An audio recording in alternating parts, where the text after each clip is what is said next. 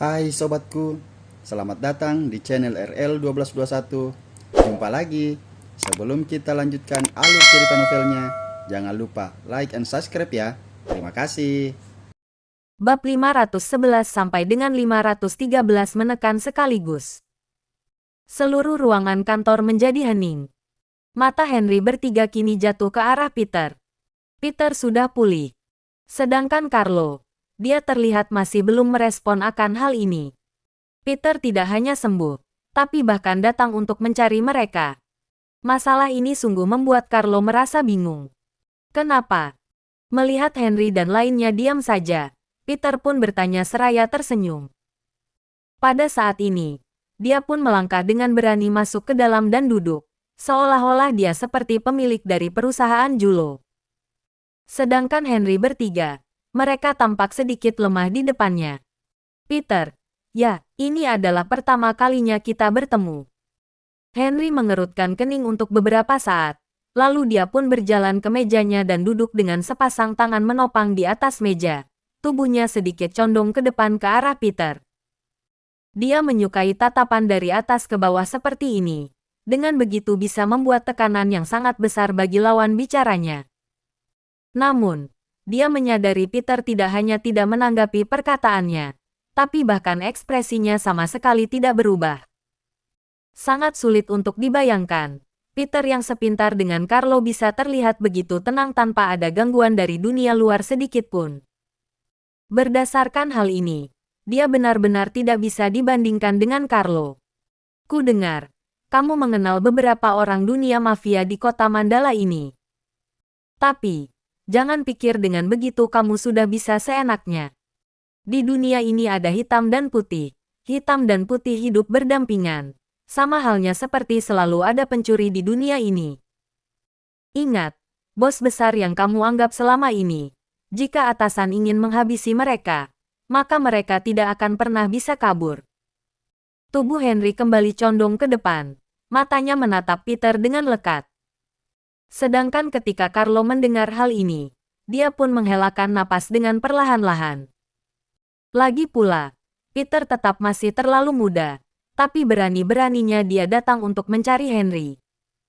Dia sungguh berpikir kalau dirinya bisa menekan Carlo dan bahkan Henry yang sudah menjalani separuh hidupnya itu. Kedatanganku hanya ingin menyampaikan sesuatu kepada keluarga Nilo. Begitu banyak omong kosong yang kamu katakan, Pak Henry. Apa kamu selalu banyak sandiwara seperti ini? Raut wajah Peter tidak berubah. Sudut bibirnya bahkan terangkat setelah selesai berkata. Kamu. Henry tidak mampu melanjutkan perkataannya. Dia sungguh tidak menyangka kalau Peter sama sekali tidak termakan omongannya. Aku harap kamu bisa mengerti. Relasi yang kamu miliki sama sekali tidak ada apa-apanya bagi keluarga Nilo. Jika aku ingin menentangmu, maka yang aku punya hanyalah cara. Henry mengerutkan keningnya. Penampilan Peter yang tenang seperti ini sungguh membuatnya kesal. Bagus sekali. Peter menekuk jarinya dan mengetuk meja dengan ringan. Sekarang, kalian bisa menunjukkan cara yang dimiliki oleh keluarga kalian. Jika ada latar belakang, juga bisa sekalian dikeluarkan. Kebetulan sekali, aku bisa menekannya sekaligus, jadi tidak perlu repot-repot. Ekspresi Peter sama sekali tidak berubah dan nadanya begitu tenang. Kamu sungguh berpikir kalau aku tidak berani menyentuhmu. Henry menyipitkan matanya. Perkataan sombong dari Peter membuatnya sangat kesal. Kali ini, Peter tidak menyahutnya, melainkan melambaikan tangan seolah-olah mempersilakan. Henry menatap Peter. Hatinya mulai memikirkan cara untuk melawan Peter. Dengan kemampuan yang dimiliki Peter, dia tidak mungkin bisa mendapatkan perlindungan dari para perusahaan yang diinginkan. Apalagi Peter tidak mempunyai apapun di kota Mandala ini. Dia juga tidak mempunyai perusahaan sendiri dan juga keluarga. Jika para pemilik perusahaan yang lain berani mempermainkan Henry, maka hanya dengan satu perintah darinya, perusahaan orang tersebut pasti akan membayar ganjarannya. Namun, apa yang dimiliki oleh Peter? Dia tidak mempunyai apapun, jadi Henry sama sekali tidak takut. Dengan kata lain, Peter ibarat manusia telanjang kaki yang tidak takut dengan manusia yang mengenakan sepatu. Satu-satunya cara yang bisa menghentikannya mungkin hanya melaporkannya ke polisi. Namun, Carlos sendiri juga tidak bersih. Jika ingin diselidiki lebih lanjut, maka itu hanya akan memberikan dampak rugi terhadap keluarga Nilo. Hal yang paling penting adalah begitu orang-orang di atas ikut campur tangan, maka sifat masalah ini pasti akan berubah. Jadi, kemungkinan akan sulit jika kelak Carlo ingin melenyapkan Peter dari dunia ini. Henry mengerutkan keningnya, seketika terjebak dalam kesulitan. Kita jangan berbelit-belit lagi. Aku tahu kamu tidak mempunyai apapun, jadi biarkanlah masalah itu berlalu. Katakan saja, apa permintaanmu dengan kemunculanmu hari ini? Henry berkata dengan nada cukup lembut setelah ragu-ragu untuk beberapa saat. Nyawa dibayar nyawa. Uang dibayar uang. Semua yang diutang oleh keluarga Nilo. Bukankah sudah waktunya untuk dibayarkan? Peter mengulurkan tangannya dan membuka kancing lengannya, kemudian menggulung ke atas. Dia yang terbiasa mengenakan seragam militer sungguh tidak terbiasa mengenakan kemeja. Utang apa dari keluarga Nilo kepadamu? Kamu saja tidak mempunyai apapun. Jadi utang apa yang bisa kami utangkan padamu? Sungguh lelucon konyol. Henry mendengus dingin. Wajahnya penuh dengan senyum dingin. Dia mulai sedikit tak berdaya menghadapi Peter. Tapi apa yang bisa Peter lakukan terhadap keluarga mereka? Oleh karena itu, Henry sama sekali tidak gugup. Aku tidak tertarik untuk mengungkit utang kalian padaku. Kedatanganku hari ini hanya ingin menyampaikan satu kata, bayar atau tidak. Peter menggunakan kedua jarinya dan membentuk tanda silang. Tatapannya berangsur-angsur dingin. Peter, kusarankan kamu untuk tidak mencari mati. Berapa banyak asam garam yang kamu makan? Kamu pikir dirimu sudah sangat hebat setelah melakukan wajib militer. Kukatakan padamu, kami juga mengenal sosok tokoh besar yang ada di militer. Carlo mulai memaki seraya menunjuk Peter setelah sadar kembali.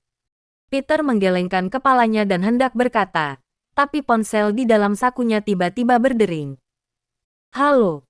Peter langsung mengangkat teleponnya di tempat yang tidak ada siapapun. Benarkah? Beberapa detik kemudian, Peter mengerutkan keningnya, tapi segera dilepaskan. Aku mengerti. Setelah menjawab, Peter pun mematikan ponselnya. Sedangkan Henry dan lainnya semuanya menatap Peter. Di mata tiga orang tersebut, Peter mulai perlahan-lahan bangun, kemudian memperlihatkan senyum yang sangat misterius. Apakah Pak Henry menyukai jam besar lantai ini? Peter menunjuk ke arah jam besar lantai berwarna gelap dengan nada bicara yang sangat santai. Beraninya mempermalukan keluarga Nilo, kamu pasti akan menyesal. Henry melirik sekilas jam besar lantai tersebut, tatapannya penuh dengan ancaman. Namun, Peter sama sekali tidak terpengaruh. Dia tetap mempertahankan ekspresinya yang tenang. Sekarang, kalian dengarkan aku baik-baik. Akan kuberikan waktu selama seminggu untuk keluarga Nilo. Dalam 1 minggu ini, Carlo telah mengambil jubah perang dan juga pedang pelindung negara milikku. Tolong kembalikan kepada pemiliknya tanpa lecet sedikitpun. Selain itu, seluruh keluarga Nilo harus pergi dari kota Mandala ini. Dengan begitu, barulah bisa menghindari kematian. Peter berdiri dengan tegak. Kalimat yang dilontarkan penuh dengan kekuatan, bahkan mempunyai wibawa yang sangat besar. Henry dan anaknya serta seorang asisten wanita tersebut hanya bisa tercengang di tempat. Mereka tidak tahu harus marah atau terkejut saat ini. Aura kuat yang dipancarkan oleh tubuh Peter benar-benar tidak bisa diremehkan. Peter, kamu sedang menakut-nakuti siapa? Kukatakan padamu. Carlo menggertakkan giginya, kemudian menunjuk Peter dan hendak memakinya. Wus! Hanya terlihat Peter berbalik badan dengan cepat dan melangkah keluar, seketika terbentang jarak dengan Carlo. Lalu, telapak tangannya terentang dan langsung mencengkeram leher Carlo dengan erat. Kamu pikir, aku masih cacat seperti dulu? Peter menyunggingkan senyumnya dan bertanya dengan suara dalam. Mata Carlo membelalak. Dia tidak berani melanjutkan perkataannya lagi. Kamu tidak perlu memberitahuku, karena aku tidak ingin mendengar perkataanmu. Peter mencekik leher Carlo. Kilatan membunuh melintas di matanya. Lepaskan anakku. Kukatakan padamu, aku tidak peduli dengan latar belakangmu. Jika sampai kamu berani menyentuh sehelai rambut anakku, maka aku akan membuatmu mati. Kedua tangan Henry yang sedang menopang di atas meja pun terkepal dengan erat.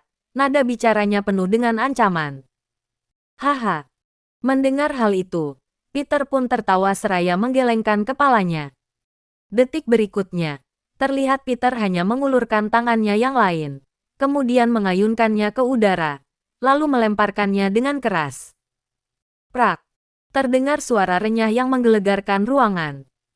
Carlo ditampar dengan keras oleh Peter dan langsung terlempar sejauh 3 meter, lalu menabrak meja kerja yang ada di ruangan. Bisa dibayangkan betapa besarnya kekuatan yang dimiliki oleh Peter. Buk! Kepala Carlo membentur meja dengan keras dan hampir saja pingsan di tempat. Aku, Peter Gunawan, tidak pernah mempunyai musuh. Kalian sama sekali bukan apa-apa bagiku. Beraninya melontarkan ancaman seperti itu padaku. Peter meregangkan dasinya. Tatapannya begitu konyol. Kamu. Kali ini, Henry benar-benar terbakar amarah. Seluruh tubuhnya gemetar hebat. Ingat perkataanku. Aku hanya memberikan waktu seminggu untuk keluarga kalian. Setelah lewat dari seminggu, aku akan datang lagi. Peter melirik Henry sekilas, kemudian berbalik badan dan perlahan-lahan berjalan keluar dari ruangan. Siapa yang memberimu kepercayaan diri dan keberanian? Atas dasar apa kamu mempunyai keberanian berbicara seperti itu kepada keluarga kami? Pada akhirnya Henry tidak mampu mengendalikan kemarahannya. Dia pun berteriak kepada Peter. Karena aku Peter. Karena aku sudah pernah melihat puncak kemegahan dan juga dasarnya lembah kegelapan. Karena aku telah lumpuh selama 2 tahun, dan bisa berdiri sekarang. Setelah Peter melontarkan kalimatnya, Henry pun mulai melebarkan matanya. Mulutnya terbuka lebar tapi tidak sanggup untuk membantah. Jika orang lain yang seperti ini, orang yang pernah melalui pengalaman Peter dan bisa berdiri kembali, mungkin mereka akan menjadi orang yang tidak berguna sama sekali. Sedangkan Peter, dia malah bisa membuat Henry benar-benar merasakan perasaan yang luar biasa. Wush! Peter berbalik badan, kemudian berjalan ke pintu ruangan, lalu dia tiba-tiba kembali memperlambat langkahnya. Satu lagi, mengenai jam ini. Lebih baik keluarga Nilo menjaganya dengan baik. Jika sampai lecet sedikit saja, maka aku akan menagihnya kepada keluarga kalian. Selesai mengatakannya, Peter langsung berbalik badan pergi dan tidak ada yang berani menghalanginya. Langkah kakinya begitu santai, seolah-olah tidak terjadi apapun. Begitu keras kepala dan arogan. Setelah Peter meninggalkan kantornya untuk waktu yang lumayan lama, suasana di dalam ruangan ini masih begitu hening. Henry selalu tahu kalau Carlo berselisih dengan Peter semua karena Abigail. Henry tentu saja berpihak pada anaknya. Dia juga memberikan banyak ide kepada Carlo. Dan hari ini, untuk pertama kalinya dia bertemu dengan Peter. Tak disangka, sosok pecundang yang selama ini ada di hatinya ternyata begitu gila dan galak. Terutama ketika Peter memancarkan aura yang begitu kuat. Hal itu membuat Henry merasa Peter benar-benar bukan orang biasa. Apa latar belakang yang sebenarnya dari si Peter itu? Henry mengerutkan keningnya dan perlahan-lahan menunduk ke arah Carlo. Carlo menyeka darah yang mengalir dari hidungnya. Setengah wajahnya membengkak. Amarah di dalam hatinya juga sangat memuncak. Ayah, dia hanya pernah wajib militer saja. Dia juga pernah mengikuti pelatihan dan sepertinya juga pernah turun ke medan perang.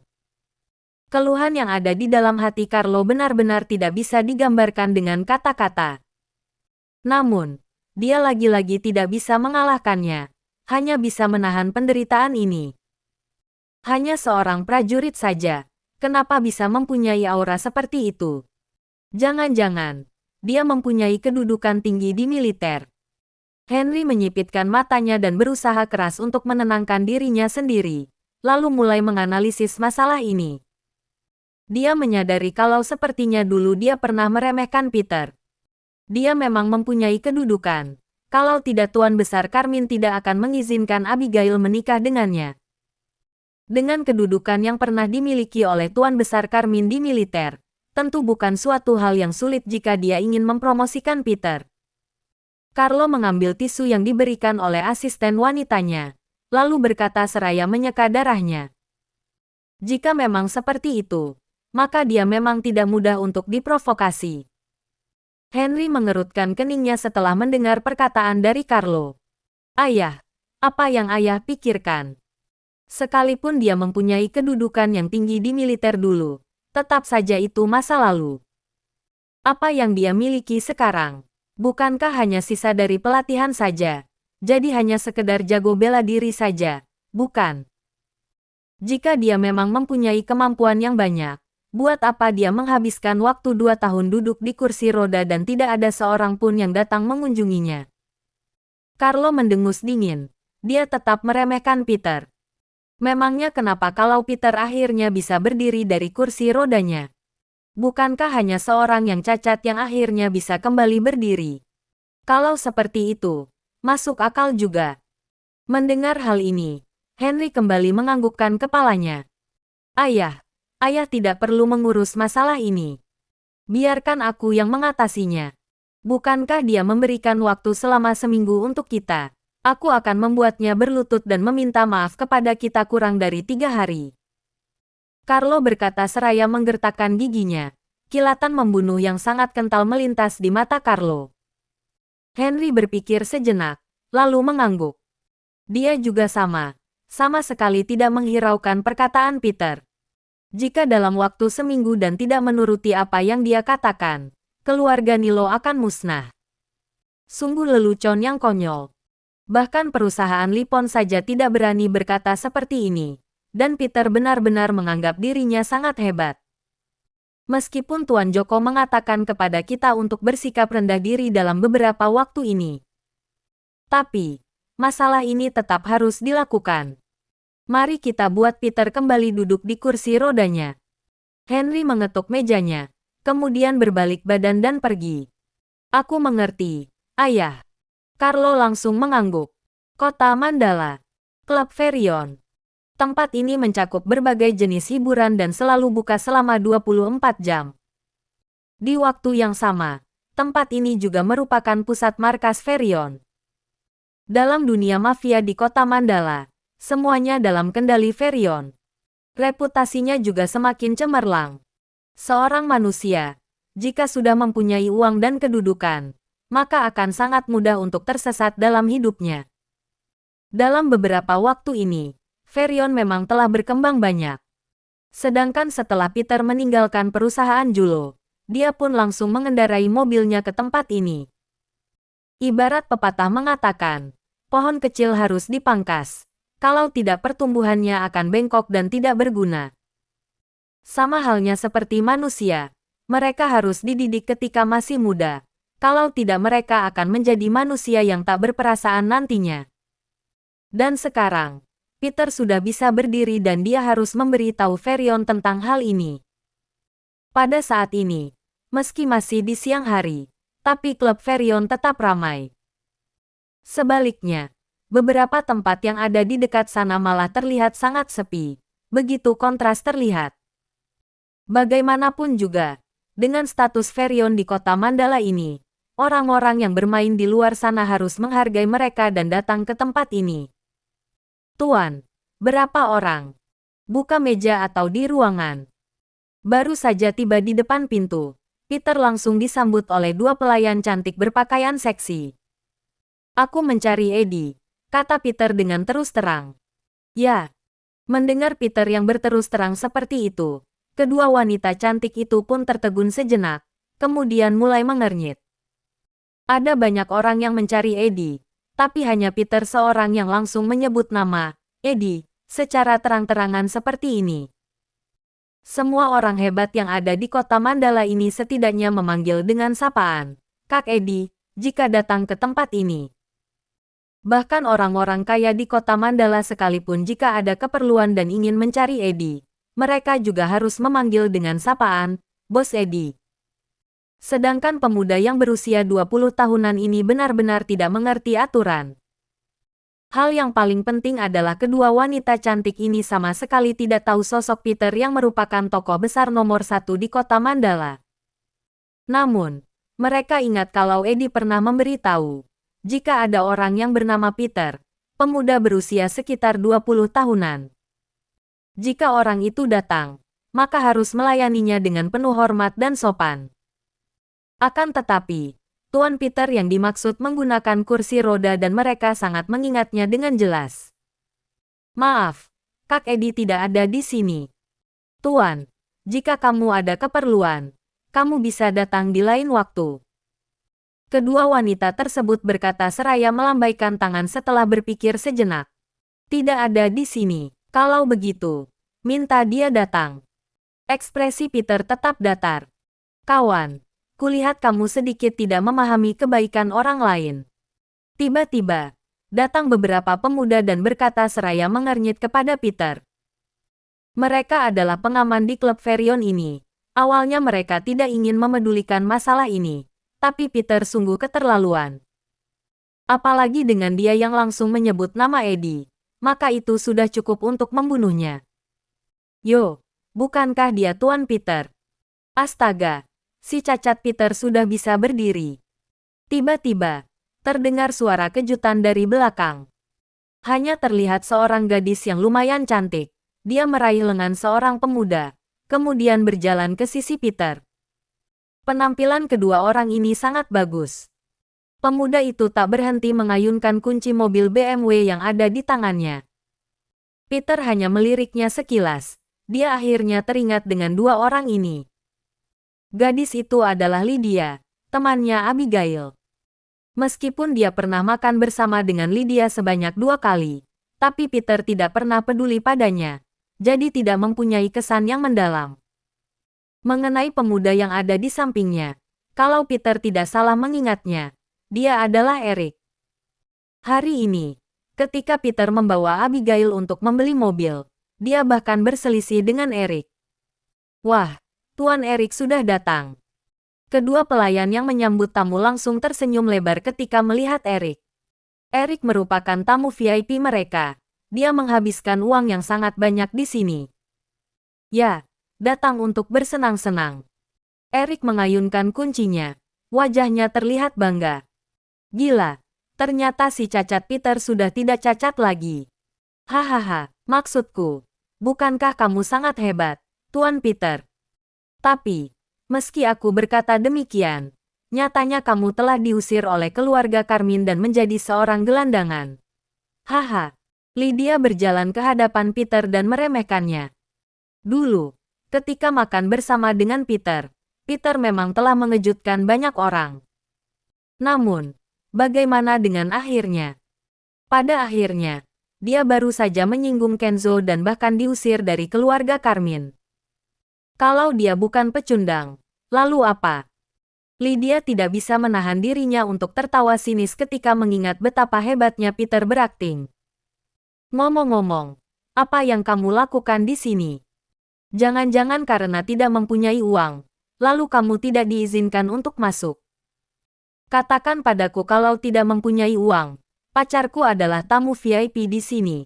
Maukah kami membawamu masuk dan minum segelas minuman yang diberikan klub ini kepada kami? Semakin dipikirkan, Lydia pun merasa semakin bahagia. Wajahnya penuh dengan kepuasan. Tuan Eric, kalian mengenalnya. Dia mengatakan ingin bertemu dengan Kak Eddie. Entah apa maksudnya. Seorang pelayan wanita penyambut tamu bertanya kepada Eric. Dia ingin bertemu dengan Kak Eddie. Aku yang sudah menghabiskan banyak uang di sini saja tidak mempunyai hak untuk bertemu dengan Kak Eddie. Apa kamu tidak bercermin, beraninya mengajukan permintaan seperti ini? Kamu bahkan tidak pantas untuk memakaikan sepatu untuk Kak Eddie, mengerti? Eric maju dan berkata dengan dingin seraya menunjuk dada Peter. Piak. Detik berikutnya, Peter langsung menghindar dan langsung menjatuhkan Eric beberapa langkah. Kunci mobil yang ada di tangannya juga ikut terjatuh ke lantai. Sialan. Beraninya kamu memukulku. Bunuh dia. Erik memegang wajahnya dengan satu tangan. Kemudian tangan yang satunya menunjuk Peter dan mulai memaki. Kuat. Seketika, langsung muncul belasan anak muda yang menyerang ke arah Peter. Mereka sudah tidak senang melihat Peter tadi. Jadi sekarang setelah Peter mencari masalah dengan Erik yang seorang tamu VIP, maka mereka pun tidak tinggal diam. Berhenti. Tepat pada saat ini, tiba-tiba terdengar teriakan keras dari dalam klub. Wush! Begitu mendengar teriakan ini, belasan pemuda itu pun langsung berhenti dan berdiri dengan diam.